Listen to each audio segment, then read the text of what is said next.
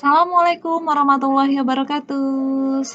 Halo semua dahlan muda, dalam mata kuliah sastra lama kali ini kita akan membahas topik lanjutan yaitu terkait dengan fungsi dan manfaat sastra lama.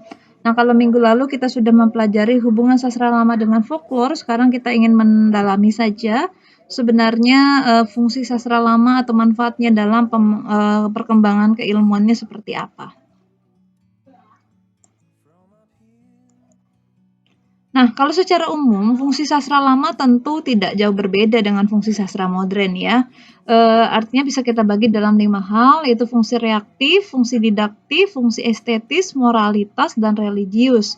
Nah, fungsi reaktif ini intinya bahwa sastra lama sebagai sebuah teks sastra juga dapat memberikan sebuah kesan atau kesenangan atau hiburan untuk para pembacanya. Nah, ini juga penting. Kemudian fungsi didaktif ini tentu ada pengetahuan, wawasan terkait dengan persoalan kehidupan yang bisa menjadi pesan atau menjadi pembelajaran bagi pembaca.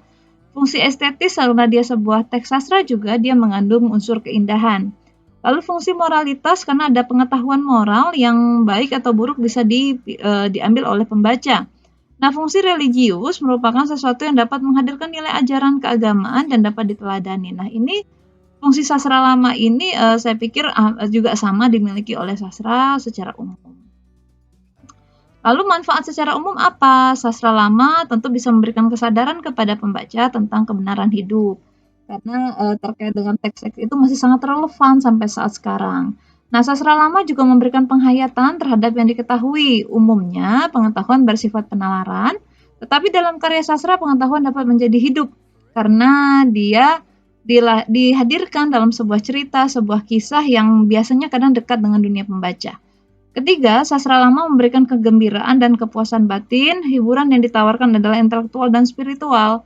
Karena kadang ada nilai-nilai spiritual juga yang dihadirkan ya, selain ada pengetahuan juga di sana. Kemudian sastra lama itu abadi. Artinya manfaatnya akan tetap dirasakan meskipun sudah cerita masa lampau. Misalnya yang Mahabharata saja yang sudah ditulis oleh ribuan tahun tetap aktual dibaca sampai saat sekarang ini.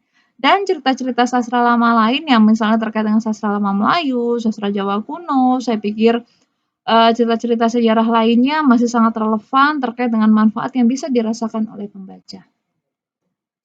Kemudian sastra lama tidak mengenal batas kebangsaan, jadi dia tidak memfokuskan ini harus dari mana, tapi yang terpenting itu terkait dengan hakikat kebenaran manusia dan keadaannya.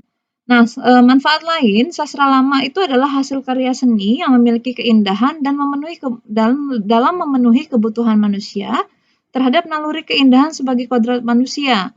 Sehingga sastra menjadi bagian dari karya seni, sebuah kebudayaan yang diciptakan oleh manusia juga. Kemudian, sastra lama dapat menolong pembacanya untuk menjadi manusia yang berbudaya.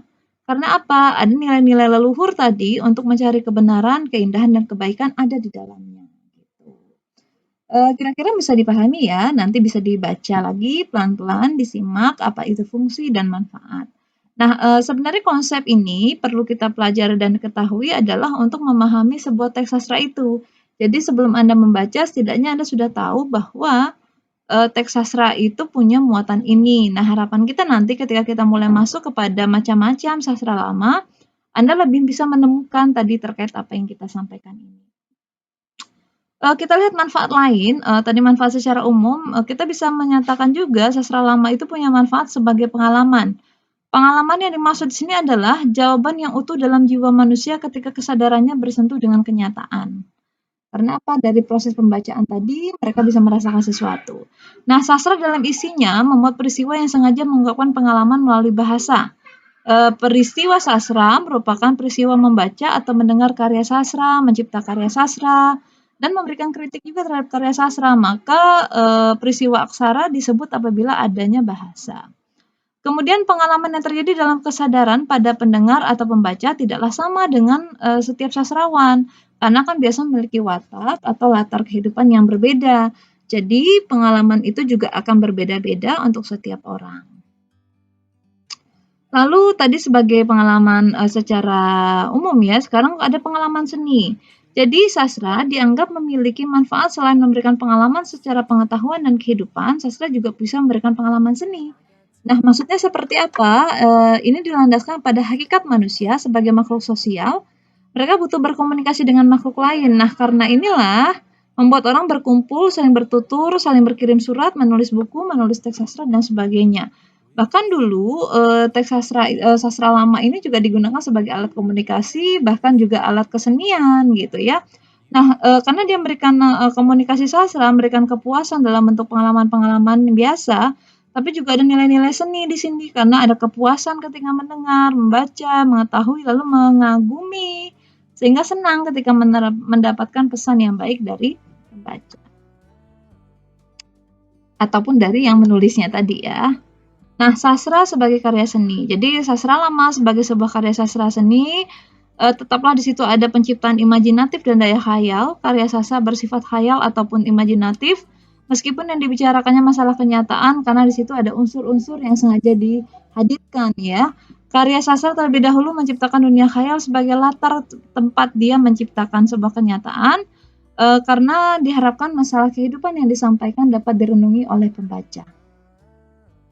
Baik, saya pikir itu ulasan yang dapat saya sampaikan untuk memberikan pemahaman kepada Anda terkait dengan materi hari ini. Tentu nanti kita akan berdiskusi lebih lanjut dengan melihat melihat referensi-referensi lain terkait dengan manfaat dan fungsi sastra lama untuk memberikan penguatan pemahaman dari apa yang Anda pahami, sehingga ketika Anda belajar sastra lama ini, Anda menyelami pengetahuan ini, Anda juga bisa mengapresiasi apa yang sudah dimiliki oleh karya-karya di Nusantara, dan Anda bisa bangga bahwa mempelajari sastra lama, membaca sastra lama juga Anda tidak menjadi kalah keren dengan orang-orang lainnya. Jadi harapan kita mempelajari sastra lama maupun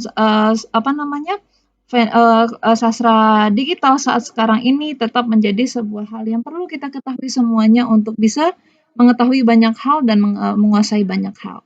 Mungkin itu yang dapat saya sampaikan. Terima kasih atas perhatiannya. Selamat belajar. Wassalamualaikum warahmatullahi wabarakatuh.